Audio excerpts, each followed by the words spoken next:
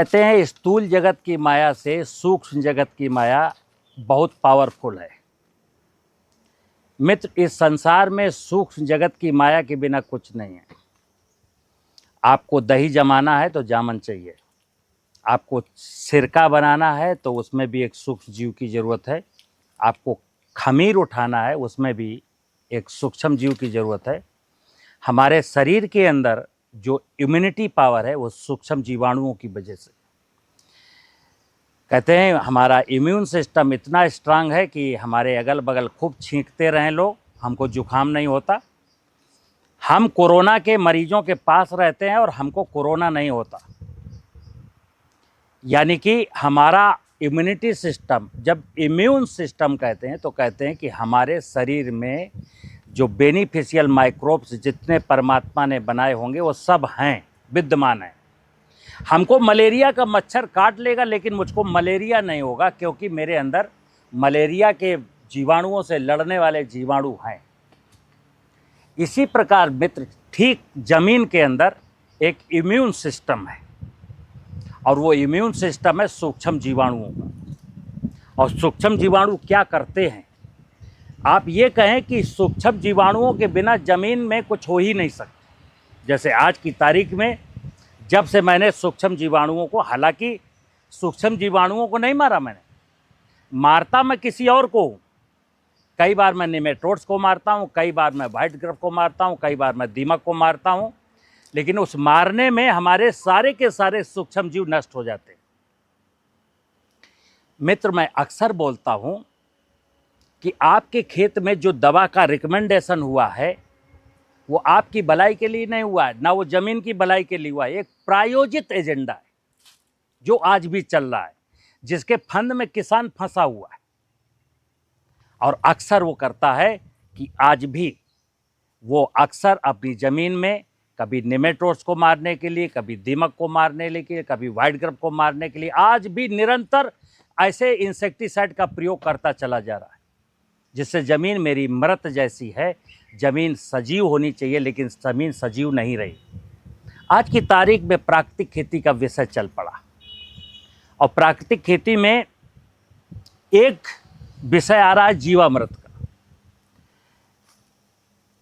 पहले ये जो मेरे सामने आप जो देख रहे हैं, मैं इसको कहता था खेत का अमृत। जीवामृत नाम नहीं था, मैंने इसको नाम दिया था 17 साल पहले खेत का अमृत। मेरी अपनी ये सोच थी, अपनी रिसर्च थी। रिसर्च यहाँ से आई थी कि रहीमदास जी का एक दोहा था, रहीमन बिरवा खेत में सींचे ते कुम्हलाए रहे, भरोसे राम के पत्थर पर हरियाए।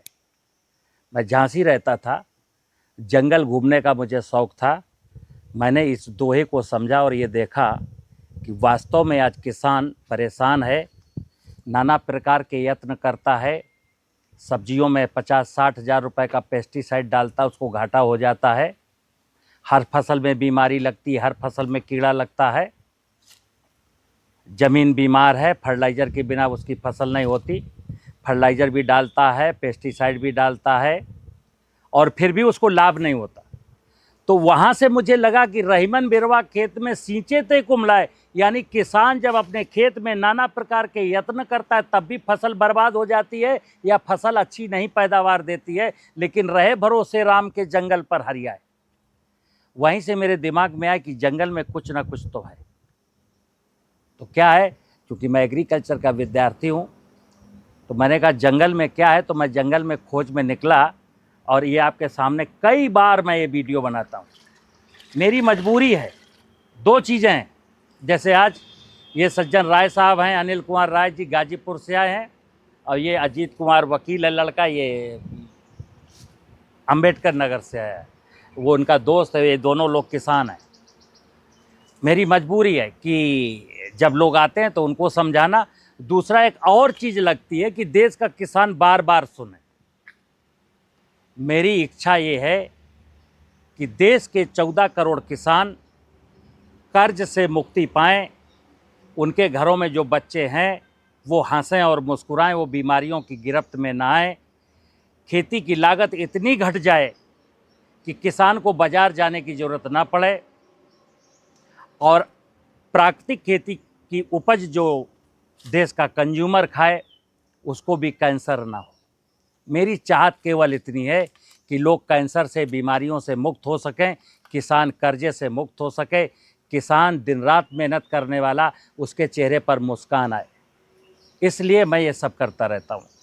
तो सूक्ष्म जीव, ये माइक्रोबायोलॉजी का विषय है मित्र। और 1987 में हमको एक राइजोबियम पढ़ाया जाता था, यानी 1987 तक देश के माइक्रोबायोलॉजिस्ट ने केवल राइजोबियम नाम के एक सूक्ष्म जीव की पहचान की थी। 1994 में ऐसे 3, 4, 5 हो गए, आज ये 20-25 हो गए हैं, लेकिन काम नहीं चल रहा। और ये जो हो गए हैं नेचुरली कहाँ से मिलते हैं? ज़मीन से। जैसे कोई ट्राइकोडर्मा आज बेच रहा है, ब्यूवेरिया बेच रहा है, माइकोराइजा बेच रहा है, सुडोमोनास बेच रहा है, कहाँ से लाया गया है? ये किसी की लैब में बनता है।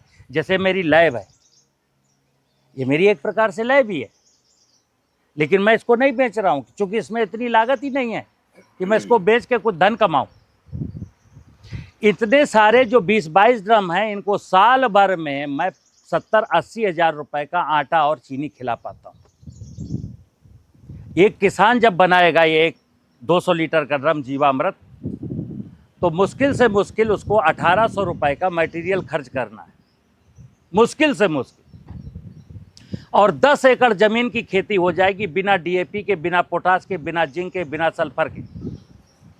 उपज का स्वाद भी अच्छा होगा, उपज की पौष्टिकता भी अच्छी होगी, ज़मीन की हेल्थ भी सुधरेगी, ज़मीन की फिजिकल प्रॉपर्टीज़ भी सुधरेंगी, ज़मीन में कार्बन भी बढ़ेगा, ज़मीन में वाटर होल्डिंग कैपेसिटी भी बढ़ेगी। यानी कि एक तीर से कई निशान हैं। तो ये जीवामृत का विज्ञान है।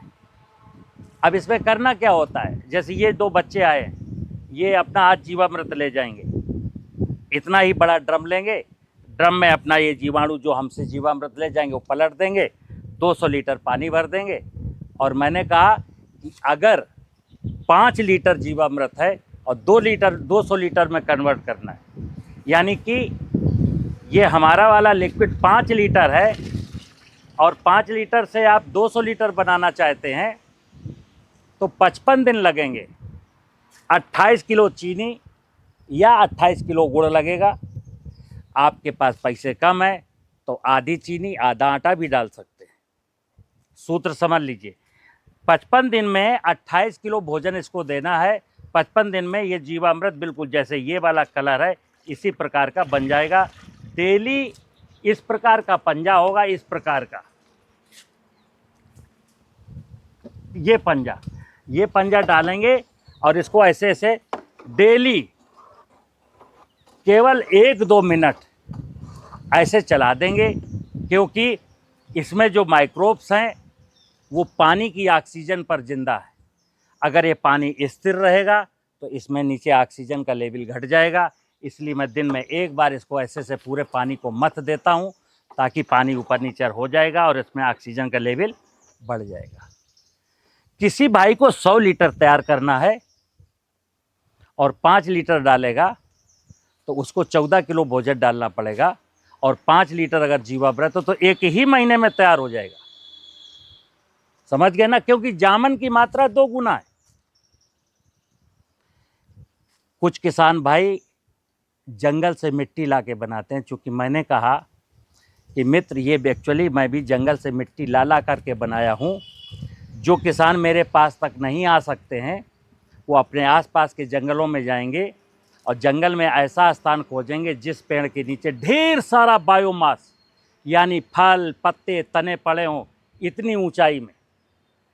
आज भी वहाँ नमी मिलेगी। जहाँ इतनी ज़मीन कवर होगी ना 6 इंच पत्तों से, वहाँ गर्मी के सीज़न में पत्ते हटाएंगे तो उसके नीचे भुरभुरी काले काले रंग की मिट्टी मिलेगी।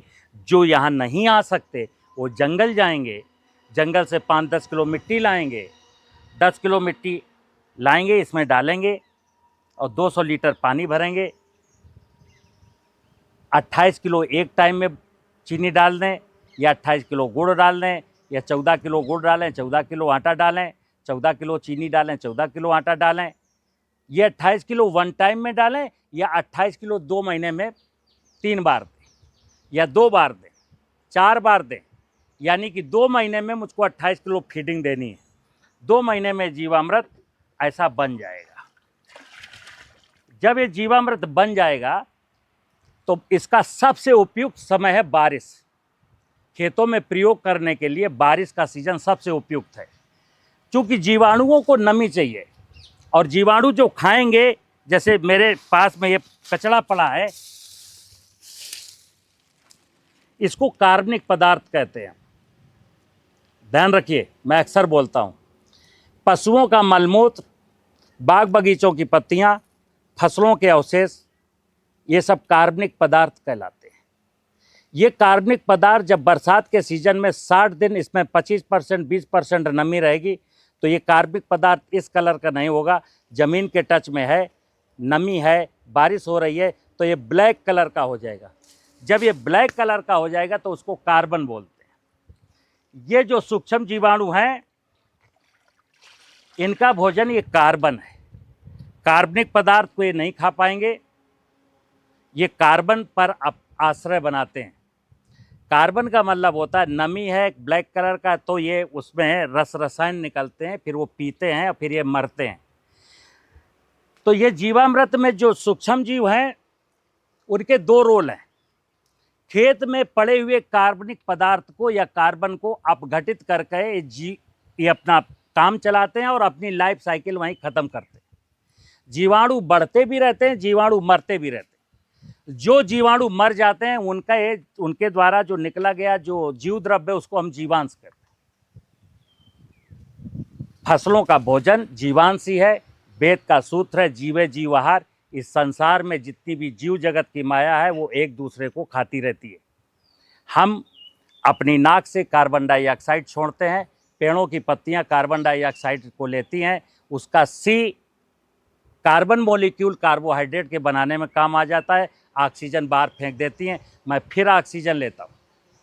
तो श्वास के द्वारा जो काम है वो हम मनुष्य जीव जगत पूरा ऑक्सीजन लेता है, कार्बन डाइऑक्साइड छोड़ता है। फसलें, पौधे, वनस्पतियाँ जितनी भी हैं, ये कार्बन डाइऑक्साइड लेती हैं और ऑक्सीजन छोड़ती हैं। हम वनस्पतियों को खाते हैं, हम या सारे जीव जंतु किसको खाते हैं? वनस्पतियों को खाते हैं। लेकिन हम जब जीव मरते हैं तो इन वनस्पतियों का भोजन बन जाते हैं जीवांश, मरे हुए जीवों का अंश जीवांश। तो अब जब ये बन जाएगा इस तरीके का जीवामृत, तो इसको डालना कैसे है? ये मित्र 200 लीटर का ड्रम 10 एकड़ ज़मीन के लिए पर्याप्त है। आप इसको 20 लीटर एक बाल्टी में लेंगे। अगर बारिश हो गई है, खेत में पानी भरा हुआ है, हल्का सा 1 अंगुल 2 अंगुल पानी भरा हुआ है, तो एक बाल्टी में लेंगे। 1 एकड़ ज़मीन में 40 जगह ये आधा लीटर फेंक आएंगे। ये जीवाणु अपना इधर ऐसे ऐसे फैल जाएंगे, ज़मीन में समा जाएंगे। अगर खेत सूखा है, खेत में नमी है और हमको जीवामृत डालना है, तो 20 लीटर इससे लेंगे, 100 किलो सूखी हुई गोबर की खाद में मिक्स करेंगे, खेत में बिखेरेंगे, पीछे से जुताई कर देंगे। यानी कि जीवाणुओं का ज़मीन में इनाकुलेशन करना है। 2 तरीके हैं, भरे हुए पानी में डाल दीजिए। अगर ज़मीन में ओट आ गई है, जुताई करना है, तो गोबर की खाद में मिलाइए और इसको बिखेर करके जुताई कर दीजिए। इतना करने से लोग कहते हैं क्या हो जाएगा? अब मैं बताता हूँ क्या हो जाएगा। बरसात के सीजन में अगर आपने जीवामृत डाल दिया अपने खेतों में, तो बारिश में अगर उर्द, मूंग, ज्वार, बाजरा बो रहे हो, तो उर्द, मूंग, तिल बोगे तो आप कोई फर्टिलाइजर मत डालना। जो भी डालते थे मत डालना। जितना पिछले साल होता था उससे ज़्यादा अच्छा होगा। ज्वार, बाजरा, मक्का जैसी फसलें, तो चूंकि मैंने अक्सर बोलता हूँ, जिन फसलों को वेजिटेटिव ग्रोथ की ज़रूरत ज़्यादा होती है, इसमें थोड़ी सी नाइट्रोजन डालना, यानी जितनी पहले डालते थे उससे आधा। क्योंकि बारिश के सीजन में हर वर्षा में नैनो फार में नाइट्रोजन गिरती है, फसल की पत्तियां उससे ले लेती हैं। जैसे आज नैनो यूरिया का स्प्रे किया जाता है, इसी प्रकार बारिश जब होती है तो हर बार नैनो यूरिया गिरती है। तो इसलिए खरीफ में ज्वार, बाजरा, मक्का में जितना यूरिया यूज करते थे उसकी आधी यूरिया यूज करेंगे। डीएपी, पोटाश, जिंक, सल्फर की कोई ज़रूरत नहीं है। अब जब रबी आएगी तो रबी में इसको फिर बैक्टीरिया को एक बार डालेंगे, और चना, मटर, मसूर, सरसों की फसल में कोई फर्टिलाइजर यूज नहीं करेंगे। लेकिन अगर गेहूं होगा तो उसमें आप यूरिया का पूरा इस्तेमाल करेंगे। अगर 120 किलोग्राम देते तो 120 किलोग्राम देंगे। डीएपी, पोटाश, जिंक, सल्फर का काम खत्म कर देंगे। पैदावार घटेगी नहीं बल्कि पैदावार बढ़ेगी। बरसात में जो किसान इस बैक्टीरिया को अपने खेत में इनाकुलेट कर देगा, रबी में अगर गेहूं बोता है और उसका 10 कुंटल 1 एकड़ में गेहूं होता है तो मैं गारंटी के साथ कहता हूं यूरिया डालना, डीएपी, पोटाश सब बंद कर देना, फिर भी आपका गेहूं 11-12 कुंटल होगा। उस गेहूं में स्वाद भी होगा, उस गेहूं में पौष्टिकता भी होगी और ज़मीन भी सुधरने लगेगी। अब एक सवाल कई लोग करते हैं कि सचान साहब ये प्राकृतिक खेती कैसे हुई, आपने तो यूरिया डलवा दी। तो मैंने कहा अगर कंप्लीट प्राकृतिक खेती वन टाइम में किसान को सिखाएंगे तो किसान नहीं कर पाएगा, क्योंकि छोटा छोटा किसान है। अगर उसकी पैदावार 10 कुंटल गेहूं की हो रही, मैं विशुद्ध रूप से शुद्ध ऑर्गेनिक खेती की बात करूंगा कि यूरिया भी मत डाल, तो उसकी पैदावार 8 कुंटल अगर हो जाएगी तो उसका बजट गड़बड़ा जाएगा। लेकिन हाँ, 3-4 साल के बाद अगर उसने अपनी फसल के अवशेषों को जलाया नहीं, फेंका नहीं, बेचा नहीं, खेत में ही रिटर्न कर दिया, तो कार्बनिक पदार्थ खेत में इतना बढ़ जाएगा कि 3-4 साल के बाद उसको नाइट्रोजन भी देने की ज़रूरत नहीं है। तो खेती, प्राकृतिक खेती में अक्सर मैं कहता हूँ कि प्राकृतिक खेती समझ के साथ करना है। आज 2 तरीके बताए जाएंगे। आज तरीका वो बताया जाता है कि किसान ऐसी प्राकृतिक खेती करे कि उसका उत्पादन धड़ाम से आधा रह जाए और फिर वो प्राकृतिक खेती छोड़ दे और मेरे रिकॉर्ड में आ जाए कि इतने लाख लोग मेरे बताए गए रास्ते पर प्राकृतिक खेती करने लगे हैं। लेकिन हमारा उद्देश्य ये है कि हम कहीं ना कहीं केमिकल इंडस्ट्री से इतना टाई अप हैं कि किसान को अच्छी बात भी बताएंगे, वो 2 कदम आगे चलेगा फिर बैक चला जाएगा, यानी कि इनका धंधा चलता रहे। मतलब मैं वो रास्ता, मैं जो विनोद कुमार सचान बताता हूँ कि मेरे लाखों किसान जुड़े हैं देश में और इस विधि से खेती कर रहे हैं, किसी को कोई घाटा नहीं है, सब मस्त हैं, सब आनंद में जी रहे हैं। सूत्र एक ही है मित्र, मेरी कोई कलाकारी नहीं है, ना मेरी कोई टेक्नोलॉजी है, ये आपको मैं समझा रहा हूँ। खेत अगर सजीव है, खेत अगर जिंदा है, खेत में अगर पेस्टिसाइड डाल के मैं किसी जीवाणु को नहीं मारता हूँ और मार चुका हूँ तो जीवामृत डाल चुका हूँ और आगे से मारूंगा नहीं, आगे से मरेंगे नहीं, बस इतना ध्यान रखना। तो आगे से मरते हैं मित्र। अगर किसी किसान का 5 एकड़ का खेत है और खेत में एक भी छायादार पेड़ नहीं है और जीवामृत बरसात में भी डाला था, रबी में भी डाला था, जब जायद आएगा अप्रैल मई जून की गर्मी होगी तो धरती का टेम्परेचर 60 डिग्री सेंटीग्रेड से अधिक हो जाएगा, ये जीवाणु फिर मर जाएंगे। इसीलिए मैं, कई बार लोग कहते हैं कि पेड़ तो छाया मारता है, सचान साहब तो पेड़ के पीछे पड़े हैं कि शीशम का पेड़ लगा लो, नीम का पेड़ लगा लो। अरे पेड़ तो छाया मारता है मित्र, पेड़ छाया नहीं मारता। पेड़ जो हमको देता है उसका कैलकुलेशन मैंने नहीं किया कि पेड़ ने इतना ऑक्सीजन दिया, इतना लकड़ी दिया, इतना फल दिया, इतने पक्षियों को बैठने का आश्रय दिया और इतना पत्तियां गिराए खेत में, ये मैं नहीं जोड़ता हूँ। बस मैं जोड़ता हूँ पेड़ के नीचे इतना एरिया है जिसमें फसल मुझे कमज़ोर पैदा होती है, पेड़ काट देते हैं। जीवन है ही जीव और वन। अगर आप जीवों को मारेंगे, वनस्पतियों को मारेंगे, पेड़ों को काटेंगे तो प्राकृतिक खेती नहीं हो सकती। आप कर्ज में डूबे रहेंगे, हम परेशान रहेंगे, मेरी आने वाली पीढ़ियां बर्बाद हो जाएंगी। मैं जो प्राकृतिक खेती सिखाता हूं, मेरा एक ही उद्देश्य है, देश का 14 करोड़ किसान कर्ज से मुक्ति पाए, देश की 14.5 करोड़ हेक्टेयर जो ज़मीन है वो हेल्दी बने और मैं जो खाऊं उस भोजन में टेस्ट हो और जो मैं खाऊं उसमें पौष्टिकता हो, ना मेरा पशु बीमार हो, ना यहाँ कोई इंसान बीमार हो, ना मेरी फसल बीमार हो। कब? जब ज़मीन जिंदा हो जाएगी। इस बारे में मुझसे कई लोग, अब जैसे लोग कहते हैं कि साहब मेरे में खुशबू नहीं आ रही है, मेरे में साड़ी नहीं जम रही है, मैं हाथ डालता हूँ, हाथ धुलता हूँ और खुशबू चली जाती है। मैं फिर कहता हूँ मित्र, इस काम में कहीं ना कहीं कोई मिस्टेक कर दी आपने। जैसे अगर प्रारंभ के दिनों में आपने जीवामृत धूप में बनाया, जैसे मेरा जीवामृत धूप में रखा है, मेरा इसलिए नहीं खराब होता है कि मैच्योर बैक्टीरिया, ड्रम को देखेंगे तो ठंडा है, लेकिन स्टार्टिंग में जब जीवाणु कम थे और पानी 200 लीटर था तो पानी हीटअप हो जाएगा, तो यहाँ जीवामृत धूप में नहीं बनेगा। इसलिए मैं कहता हूँ जीवामृत छाया में बनाइए। अब आप कहोगे कि मेरा क्यों धूप में, तो मेरा मैच्योर बैक्टीरिया है, ये बफरिंग का काम करता है। जिस खेत में बैक्टीरिया चला जाएगा बरसात के सीजन में, अप्रैल मई जून के महीने में आप थर्मामीटर लेना, टेम्परेचर धरती का नाप लेना, 3-4 डिग्री टेम्परेचर आपके खेत का कम मिलेगा। जिन्होंने जीवामृत नहीं डाला उनका 3-4 डिग्री सेंटीग्रेड ज़्यादा मिलेगा। तो एक तो लाभ ये हुआ कि मुझे केमिकल फर्टिलाइज़र जो फास्फेट था, पोटास था, जिंक था, सल्फर था, आयरन था, मैग्नीज था, मैग्नीशियम था, इस सब किसी को मुझे खोजने की ज़रूरत नहीं। मेरे ज़मीन में किसी प्रकार के तत्व की कमी नहीं है। दूसरा मित्र, ये सबसे ज़बरदस्त है सब्जी और उद्यान वाले फसलों के लिए। देश का हर किसान जो सब्जी उगाता है 50,000 रुपये से लेकर 80,000 रुपये प्रति एकड़ तक का पेस्टिसाइड डालता है, क्योंकि ज़मीन में इतने निगेटिव पैथोजिन हैं कि वो फसल में आ जाते हैं और दवा बेचारा हर सप्ताह किसान डालता रहता है, बीमारी नहीं जाती है और उसका 50-60 हज़ार रुपये चला जाता है। और जो 50-60 हज़ार रुपये का पेस्टिसाइड फसल में पड़ता है उसकी उपज इंसान खाता है और उसको कैंसर हो जाता है। तो उनको ये 70-80% रोग जो ज़मीन से फैलने वाले हैं लगेंगे नहीं।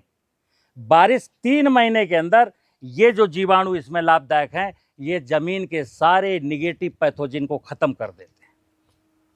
तो मैंने क्या कहा, आज खेती में 4 चीज़ें हैं। आपको फर्टिलाइज़र डालना पड़ता है, आपको फंजीसाइड डालने पड़ते हैं, आपको इंसेक्टिसाइड डालना पड़ता है, आपको बीडीसाइड डालना पड़ता है। प्राकृतिक खेती का मतलब है मुझे फर्टिलाइज़र नहीं डालना क्योंकि मैंने ज़मीन की हेल्थ को सुधार दिया। मुझे फंजीसाइड नहीं डालना क्योंकि मैंने ज़मीन में पाए जाने वाले नेगेटिव पैथोजन को वहीं ख़त्म कर दिया। मुझे इंसेक्टिसाइड नहीं डालना क्योंकि मेरे खेत के आसपास जो पेड़ हैं उसमें चिड़ियाँ आ गई हैं।